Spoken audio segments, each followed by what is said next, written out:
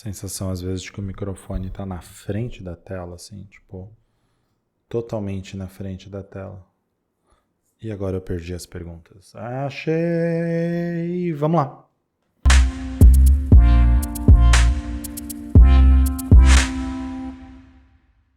E vamos para mais um vídeo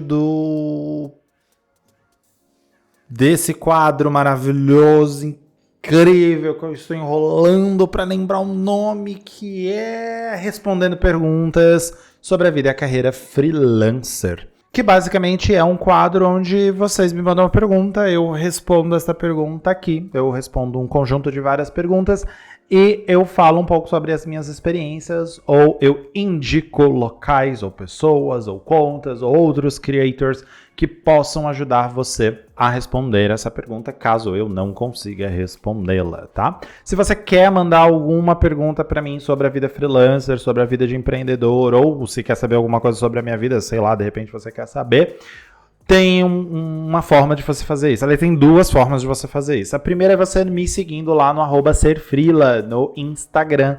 Uma vez por semana eu abro uma caixinha de perguntas para este quadro maravilhoso deste canal, que já está no seu terceiro vídeo, eu acho. E você manda sua pergunta lá, essas são as perguntas que vão receber prioridades, ou seja, são as perguntas que eu vou responder primeiro em cada um dos vídeos que a gente soltar por aqui. Agora, se você não quiser me seguir no @serfreela lá no Instagram ou em qualquer outra rede social, você também tem a opção de clicar no link da descrição que tem aqui num formulário do Google e colocar a sua pergunta dentro deste formulário. Desta forma, eu também vou receber a sua pergunta e essas perguntas também serão respondidas eventualmente neste quadro do canal. Se você chegou até aqui e não faz ideia de como você chegou até aqui, eu sou o Sebastian Baltazar e você está no canal do Serfreela, tá? Por aqui a gente traz conteúdos ou fala sobre a vida e a carreira freelancer. De maneira geral, a gente ajuda outros freelancers a passar e talvez reduzir um pouco as dificuldades no caminho, comparando assim aos 10 anos e tantos outros meses e afins, e tantas outras dificuldades que eu mesmo já passei. Então vamos lá para a primeira pergunta de hoje. A primeira pergunta é: como agregar valor ao meu trabalho? Essa é uma pergunta maravilhosa e quase daria uma aula inteira, então eu vou tentar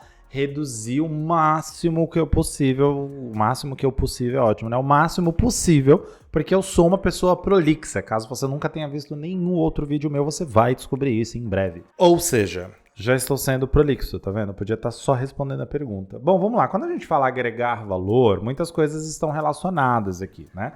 Então você precisa entender qual é o que significa agregar valor para você e principalmente o que significa agregar valor na vida do seu cliente. Então quando você fala agregar valor no seu trabalho, existem uma série de coisas que vêm na minha cabeça que são um pouco mais genéricas e podem te ajudar. Por exemplo, você pode agregar o seu valor criando processos estruturados e organizados de como você vai atender o seu cliente, de como o seu cliente vai entrar na sua carteira, indiferente de qual seja a área que você oferece serviços, de como esse cliente vai seguir o processo, a jornada dele até a entrega do serviço propriamente dito. Só o simples fato de você ter um processo estruturado já vai te ajudar a agregar valor. Mas só vai agregar valor se você contar isso para o seu cliente. Então, enquanto você está conversando, de repente fazendo uma proposta, você precisa exibir passo a passo, etapa por etapa, de como funciona o seu serviço. Ao fazer isso, você já agrega valor automaticamente no seu serviço. Existem outras formas de você fazer isso, mas tudo vai variar de qual é a área que você, aí sim realmente vai variar de qual é a área que você está oferecendo. Para você entender melhor que tipos de coisas você pode fazer para encantar o seu cliente, que vai acabar agregando valor no seu trabalho, você precisa entender melhor o seu cliente. Então, entender bem o seu cliente, fazer um pré-briefing, por exemplo, dentro da área que eu trabalho, que é o branding, o design de marcas, a criação de produtos digitais, né, todo esse escopo do infoproduto, eu gosto de trabalhar antes de fazer uma proposta, um pré-briefing, ou seja, eu já faço algumas perguntas para entender melhor quais são as necessidades do meu cliente. Na hora de eu apresentar uma proposta, Além dessas perguntas que eu fiz, eu farei uma pesquisa baseada nas redes sociais dele, no produto dele, na marca dele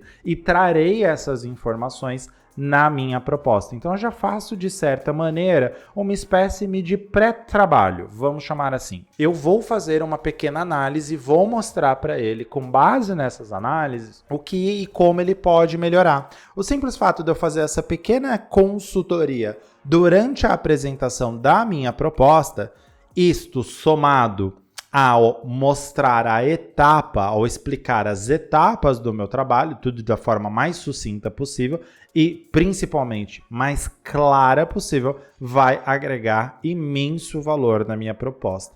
Não apenas vai agregar esse valor, como vai permitir que qualquer valor que eu cobre na minha proposta fique muito abaixo do que aquele cliente está esperando. E isso é um feedback comum dos meus clientes.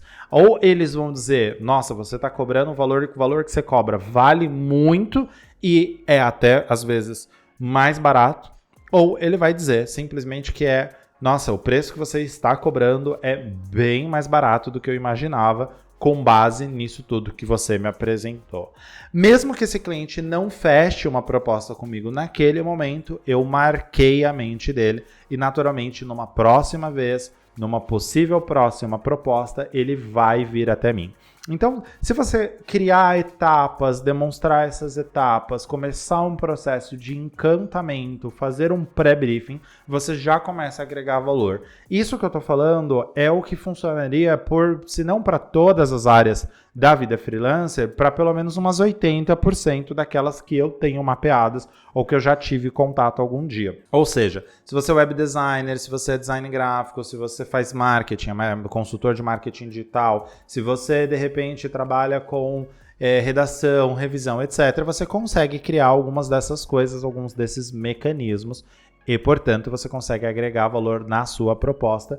E sempre que a gente fala em agregar valor, a gente também está falando sobre cobrar um valor justo pelo seu trabalho. Se você consegue aumentar e agregar valor na percepção que o seu cliente tem do seu serviço, ele vai entender que o seu serviço parece mais caro, qualquer valor que você jogar na sua proposta, naturalmente vai parecer mais barato. Eu não estou falando de precificação quando eu falo agregar valor, tá? Isso é uma coisa muito importante. Quando a gente fala de agregar valor, a gente está falando de percepção do serviço. A percepção que o seu cliente vai ter ao contratar você antes de te contratar. Então, foco nisso daí para você entender essa diferença entre agregar valor e precificar a sua proposta, porque isso são assuntos diferentes. Se você quer saber mais assuntos sobre precificação e afins, deixa nos comentários, quem sabe eu não trago um vídeo ou de repente respondo uma pergunta se você mandar essa pergunta aí. Aliás, uma coisa que é muito importante você fazer aqui nesse canal e eu acabei não falando no início é curte esse vídeo se você gosta desse tipo de conteúdo, se você está curtindo essa série de vídeos com perguntas e respostas. E não esquece de se inscrever no canal se você está chegando agora. Se inscreve aí agora no canal, porque a sua inscrição vai nos ajudar a mostrar também para o YouTube que nós estamos construindo conteúdos legais e esses conteúdos vão ajudar mais e mais freelancers. Afinal de contas, tem mercado para todo mundo e tem muita gente que precisa conhecer esse conteúdo e ainda não conheceu. Combinado? Vamos para a nossa próxima pergunta. Parece aqueles programas assim, tipo Silvio Santos, sabe? A próxima pergunta valendo R$1 milhão. Eu não sei fazer o timbre, eu não sei. Não é comigo, eu nunca fiz esse negócio de imitar as pessoas, entendeu? Segunda... É o quê? Come abacate. Come abacate bem. Não, é sério, pausa nesse vídeo para uma coisa muito importante. O Antônio imita a vovó Juju de uma forma extremamente parecida. Ele quase derrubou minha ring light ali. Ele imita, acho que ele ficou nervoso. Ele imita a vovó Juju. Você não sabe quem é a vovó Juju? Coloca a vovó Juju, ó. Nem consegui falar, né? A vovó Juju, coloca aí, Adriele, na tela, por gentileza. É de um desenho maravilhoso brasileiro chamado Irmão dos Jorel. É incrível, eu amo. E é isso daí. Um dia eu vou gravar ele fazendo e vou postar lá no Instagram, tá? Então corre lá no @serfreela, porque um dia eu vou fazer isso. Agora ele está avisado. Ele vai fazer cada vez menos, né? Fecha parênteses.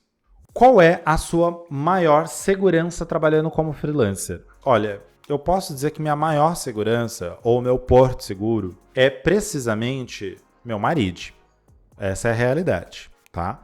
Porque segurança, eu não tinha nem quando eu era CLT há 300 anos atrás. Não existe segurança, isso é uma falácia também. É a mesma ideia do faça concurso público, procure fazer faculdade para entrar numa empresa, etc e tal, né? Não vou me ater a isso, com certeza você já ouviu esse discurso de alguém ou de outras pessoas. É falácia. Segurança é uma coisa muito complexa. Defina segurança, né? O que é seguro para você? Então, primeiro, antes de dizer qual é a minha maior segurança, eu tenho que dizer que o que é segurança para mim. Será que segurança é ter dinheiro no banco? Será que segurança é ter uma conta poupança? Será que segurança é ter uma reserva de emergência? O que é ter segurança? Nesse momento, ter segurança para mim é, indiferente de qualquer coisa que aconteça com a minha vida, eu estar com aquela pessoa que eu amo, né? Que neste caso é o Eli. Claro, seria interessante estar com outras pessoas que eu tenho, que eu admiro, que eu gosto, obviamente. Elo é a pessoa que faz mais sentido para mim. Ou seja, Elo seria a minha maior segurança. Em termos de trabalho, tipo, trabalhando como freelancer, cara, acho que talvez, né, tirando esse aspecto mais emocional, que eu acho que é muito importante na nossa vida de maneira geral, talvez seja o fato de eu saber que eu vendo qualquer coisa, que é uma habilidade que eu desenvolvi, eu continuo desenvolvendo, estou sempre buscando desenvolver mais, que é a habilidade de vendas. Então a minha segurança é, não importa o que aconteça, eu vou conseguir vender alguma coisa. Nem que seja gelinho na rua, mas eu vou conseguir vender. Ou seja, morrer de fome eu não vou. Então talvez essa seja a minha maior segurança em termos de trabalho, né? Não em aspecto emocional. Mas percebe que existe essas duas coisas, elas estão totalmente conectadas?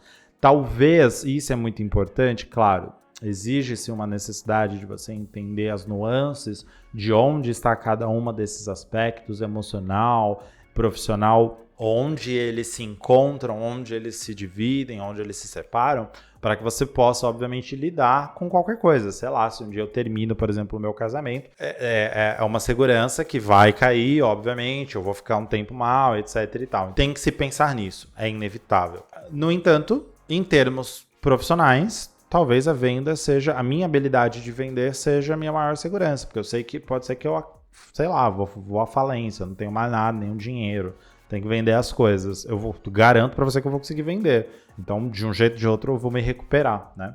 Pensando por este lado. Então, é uma pergunta bem interessante, né? Porque eu nunca tinha parado, quer dizer, eu já tinha parado várias vezes para pensar sobre segurança, etc. Até porque eu tenho todo esse pensamento, essa filosofia já bem calculada na minha cabeça. Mas não tem muito mais o que falar sobre isso, né? Tipo, você precisa identificar o que é ser seguro para você e como que você pode criar essa segurança minimamente para você. Porque pode ser que segurança seja ter um teto, por exemplo, né? Então, isso vai variar de pessoa para pessoa, de condição para condição, de classe social, de criação, de educação, de poder aquisitivo. E quanto mais você cresce na vida, diferentes vão ficando sua percepção sobre segurança. Hoje, na minha vida, é isso, né? São esses aspectos. Nossa próxima pergunta é: quando você se deu conta de que a coisa tinha ficado séria, tomando corpo, virando mesmo um negócio? No dia em que eu percebi que eu nunca ia conseguir trabalhar no CLT porque eu sou uma pessoa insubordinável. O dia que eu ouvi isso, inclusive a primeira vez, eu ouvi isso de um gerente. Eu trabalhava de telemarketing, isso faz uns 10 anos, deve fazer uns 10 anos. E ele falou isso pra mim, ele chegou pra mim e falou assim: você é uma pessoa muito metódica e você é insubordinável. Ele usou esses dois termos. Na época, eu não sabia o que era metódico nem insubordinado. E olha que eu sempre fui leitor, né? Mas eu não tinha me deparado com essas palavras. E eu literalmente peguei um dicionário Dicionário, tá, gente? Eu não fui no Google, tá? Eu acho que nem sei se o Google existia da forma como existe hoje. Eu peguei um dicionário, abri o dicionário metódico, abri o dicionário insubordinável e entendi que aquilo fazia muito sentido. Que apesar dele estar falando daquilo daquela forma mais ofensiva ou com a intenção de me ofender, serviu na verdade para eu me identificar com esses termos. Eu sou uma pessoa metódica, eu gosto de métodos. Eu levo 3 horas para gravar um vídeo porque tem uma luz X, uma luz Y, uma câmera não sei aonde, o microfone tem que estar na posição. Isso são eu não chego a ser perfeccionista. Às vezes eu sou um pouco, mas eu tento não ser. Então, até porque senão esse vídeo nem estaria no ar. Se você tá vendo esse vídeo, é porque eu não fui perfeccionista, porque eu sei que pode melhorar, entende o que eu quero dizer? Mas eu sou metódico, eu sou uma pessoa de métodos, processos e afins, e eu não identifiquei isso como um problema, embora ele estivesse tentando, acredite se quiser, no contexto que ele estava fazendo, ele realmente estava tentando me ofender, não deu certo.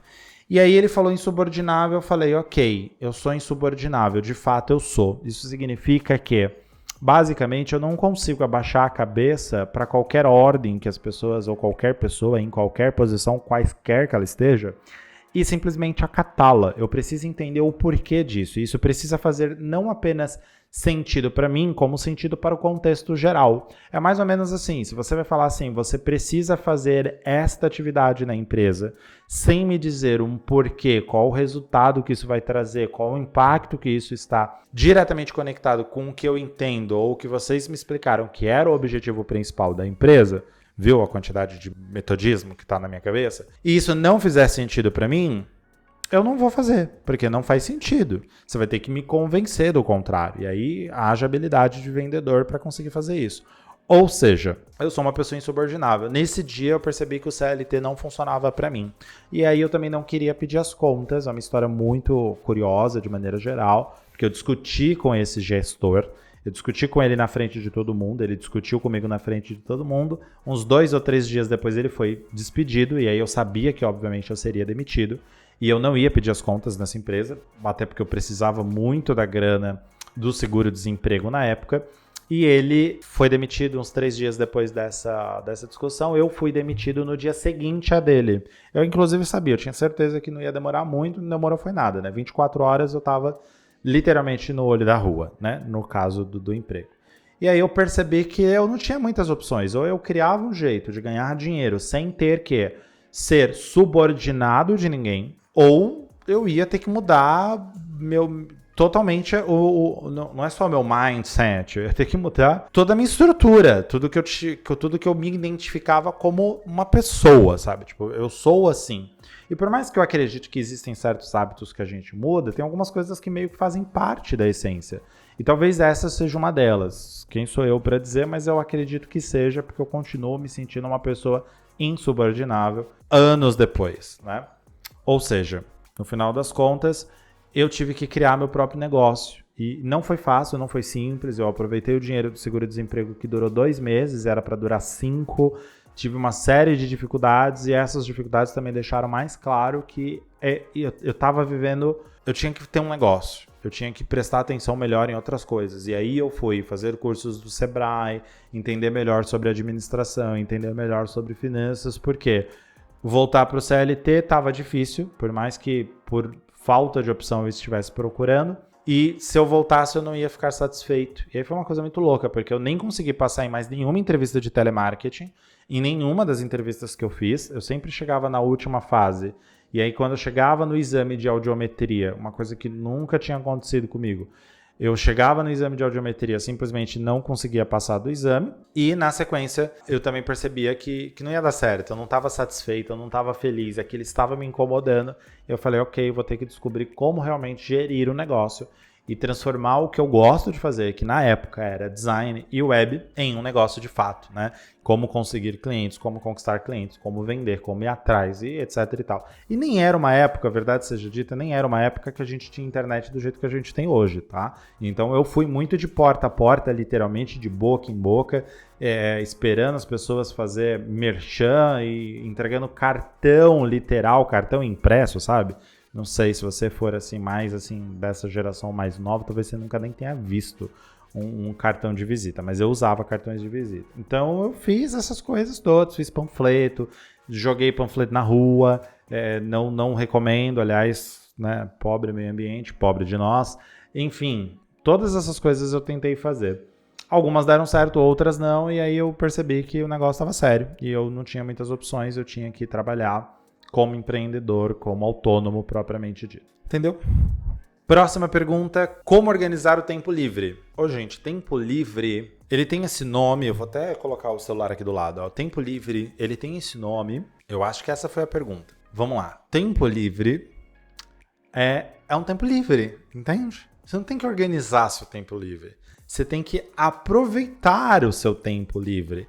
E aproveitar o seu tempo livre não é fazer com que ele renda mais, não é conseguir encaixar aqueles trabalhos que estão atrasados ou o próximo trabalho para não atrasar, etc e tal.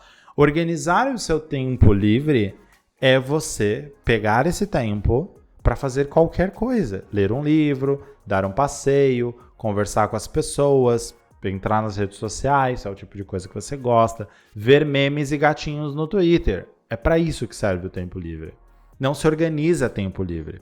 Agora, se a intenção da pergunta é como você se organiza para ter tempo livre, aí sim, aí a gente talvez tenha algumas coisas. Você vai precisar entender um pouco mais de produtividade, mas não vou responder isso porque não foi essa a pergunta, tá? Se era a sua intenção e você está vendo esse vídeo, por gentileza, mande a pergunta aí embaixo no formulário ou quando eu abrir a caixinha no Instagram para eu responder mais adequadamente. Mas não se organiza tempo livre. Se está sobrando tempo para você, você levanta a mãos para os céus, se você está em boas condições para fazer isso, e aproveita esse tempo, porque você precisa de tempo para pausar. Você precisa de tempo para recarregar as energias. Você precisa parar, ler um livro, fazer um hobby, alguma coisa que você gosta de fazer além do trabalho. E você está ouvindo isso de um workaholic, tá? Você está ouvindo isso de uma pessoa que é literalmente viciado em trabalho. Eu paro para ler um livro, eu paro para caminhar, eu paro para estar com os amigos. E até esses dias, hoje, no dia que eu estou gravando esse vídeo, a gente tava falando e tava me zoando, porque mesmo quando eu paro para ler ou quando eu paro para fazer alguma coisa com essas pessoas, eu ainda pareço estar trabalhando, porque às vezes eu pego o celular, respondo uma pessoa, mando uma demanda, respondo um outro freela, vejo um cliente, alguma coisa do gênero. De fato, eu faço isso porque eu sou workaholic, entendeu? A parte do viciado em trabalho é uma coisa que talvez não, né? Eu estou até tentando não me culpar, porque existe um prazer no trabalho, mas eu preciso ainda assim recarregar as energias. E aí, quando sobra tempo livre, eu faço outras atividades no meu tempo livre, né? Coisas que me deixam livre do trabalho. Então, coloca isso aí na mente de vocês. Não se organiza tempo livre, se aproveita tempo livre e de preferência para si, não para os outros, não para o trabalho, tá? Então, vou até pegar meu celular de volta aqui para a gente poder seguir para a próxima pergunta, que eu fiquei assim levemente estressado com essa pergunta. Como que se organiza tempo livre, gente? Você vai organizar tempo livre? Você está viciado, entendeu? Você tem foco. Tempo livre, entendeu? Igual free, de freelance, de livre, entendeu? Pega aí. E nossa última pergunta deste vídeo. Como conseguiu avançar tanto? Teve momentos que pensou em desistir? Na verdade, são duas perguntas em uma, né? Como que eu consegui avançar tanto? Gente, são 10 anos de caminhada. Não é tanto quanto parece. É que talvez a maioria das pessoas que me conhecem agora e veem o projeto Ser Freela, o Ser Freela avançou rápido mesmo, né? Especialmente porque as pessoas se identificaram. Você que está aí me assistindo se identificou, por exemplo, você que mandou essa pergunta se identificou com a minha jornada, ou se identificou com o que a gente está fazendo e por aí vai. Então parece que a gente avançou tanto, parece que eu avancei tanto. E quando eu falo avançar tanto, estou considerando em curto espaço de tempo, porque se você pensar que são 10 anos, olha aí, não sei qual é a sua idade. Vamos supor que você tenha 20 anos. Se você está assistindo esse vídeo, você tem 20 anos. Há 10 anos atrás, você tinha 10 anos de idade. Vamos supor que você tenha 30 anos. Há 10 anos atrás, você tinha 20 anos de idade. Então, 10 anos é bastante coisa. Reflete aí um pouco consigo mesmo. Consigo mesmo seria redundância, pleonasmo? Enfim, reflitão, entendeu? Reflita. O que você fez nos últimos 10 anos da sua vida? Indiferente do que for, eu estava trilhando essa jornada que ainda tem percalços, ainda tem pedras, ainda tem dificuldades. Ou seja, não é um avançar tanto. E foi um degrau de cada vez, aprendendo com as quedas, aprendendo com os problemas, desistindo às vezes de alguns projetos, Já desisti de ser freela, tentei voltar para o CLT, aí não me dei bem, como eu já tinha dito em outros momentos, não me dei bem com CLT. voltei para a vida freelancer e aí escolhi de vez viver essa vida freelancer. E aí isso até vai para a próxima pergunta dentro dessa, que é se eu tive momentos que eu pensei em desistir. Tem algum momento que não se pensa em desistir? Porque eu vou ser muito sincero com você, talvez, e tem vários empreendedores de palco que se pregam isso como se fosse uma lei máxima, talvez essas pessoas que são seres iluminados de outro planeta, de outras dimensões, que acordam 5 horas da manhã e fazem meditação e são incrivelmente prósperas, talvez essas pessoas, quiçá elas tenham realmente vivido uma vida de pobre, como eu vivi, né? Porque eu nasci na favela, cresci e vivi na favela, e eu não tô falando favela bairro, não, tô falando favela mesmo, sabe? Que tem boca, que tem gente dando tiro, que tem gente morrendo na frente de casa. A ideia é só para você entender que sim, eu nasci, tive uma vida complicada, etc., mas também tive várias oportunidades e privilégios, né? Afinal de contas, eu sou homem, cis, branco, todas essas coisas me dão alguns privilégios na vida. E se você não concorda com isso, tá tudo bem, você fica aí, discorde aí, por gentileza, tá? Não precisa nem comentar, só discorda mesmo. Todavia, houve algumas dificuldades, então é natural pensar em desistir. E tá tudo bem se você desistir. Se você achar que este é o melhor caminho, eu tô indo ao contrário de todos os coaches que eu mesmo já acompanhei, entende? Tô indo ao contrário do meu curso e formação em coach. Ou seja, não dá para você viver uma vida desse positivismo tóxico, de nunca desista dos seus sonhos, de nunca desista dos seus projetos, de encontre o seu propósito, etc, etc, etc e tal, porque a vida não é um manual, a vida não tem manual. E às vezes, e só às vezes, talvez, para que você possa realmente avançar alguma coisa na sua vida, você tenha mesmo que largar o osso. Talvez você tenha mesmo que desistir, pelo menos temporariamente, quiçá talvez isso vá fazer com que você descubra outros propósitos, outros sonhos, outros desejos. E aí, o que vai acontecer? Você talvez avance vários passos que você não estava avançando porque você estava ali, com o osso na boca o tempo inteiro e não queria largar. Então, já pensei em desistir, já desisti algumas vezes, e por ter desistido algumas vezes é que eu percebi que eu tinha que fazer coisas diferentes na minha vida freela. Mudei várias vezes de posição, mudei meu posicionamento, mudei de área várias vezes. Comecei como instrutor de informática, depois virei design, depois aprendi web, daí de web fui para marketing, de marketing fui para branding, entre outras milhões de coisas que eu fiz no caminho. Ou seja, eu desisti de todos eles e eu precisei abrir mão mesmo de coisas que eu gostava para poder avançar. Entende onde eu quero chegar? Enfim, evitando o máximo possível ser mais prolixo do que já fui, é importante você entender que faz parte. Sim, eu já pensei em desistir e eu coloquei todo esse histórico aqui para você entender que eu também não vou falar assim, não, nunca desista dos seus sonhos, não, porque os obstáculos servem para nos deixar mais fortes. Não, positivismo tóxico não vai funcionar aqui, tá? A gente está super cansado, saturadíssimo desse rolê de positivismo tóxico e acredite se quiser, já acreditei muito nisso e faço muita terapia, inclusive para lidar com esses aspectos e essa dualidade que vai existir dentro de nós. Então, uma das coisas que eu sempre recomendo o tempo inteiro, com bastante frequência, é faça terapia.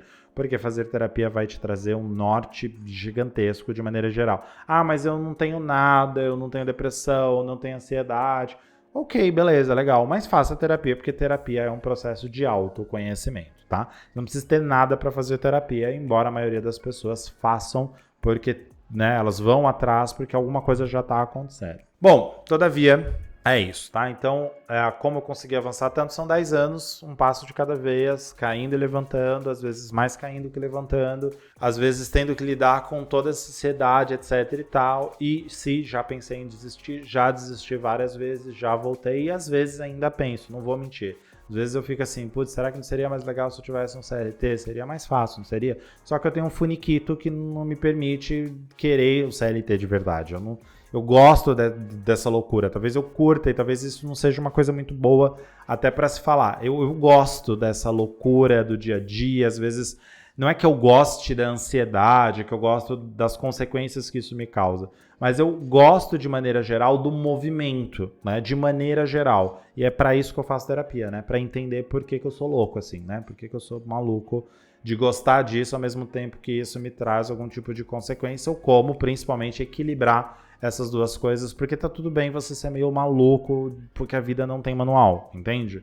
E ao mesmo tempo, é legal você sim ter um equilíbrio e manter aí saber onde você precisa largar o osso, onde faz sentido você pegar esse osso, e às vezes largar o osso é enterrar ele ali para ninguém encontrar e de repente você ir lá e pegar de volta, então pense nisso, ok? Bom, essas foram as perguntas desse vídeo. Não se esquece de se inscrever neste canal maravilhoso, tá? Acho que é o único canal de vida freelancer que você vai encontrar aí que realmente traz conteúdos conscientes. A gente se preocupa em realmente falar com seres humanos, tá? Não com máquinas, não com empreendedores de palcos, não com esse floreio todo de que a vida de empreender é a coisa mais fácil. É possível, sim, viver de freela, mas você precisa saber quais são as nuances disso, tá?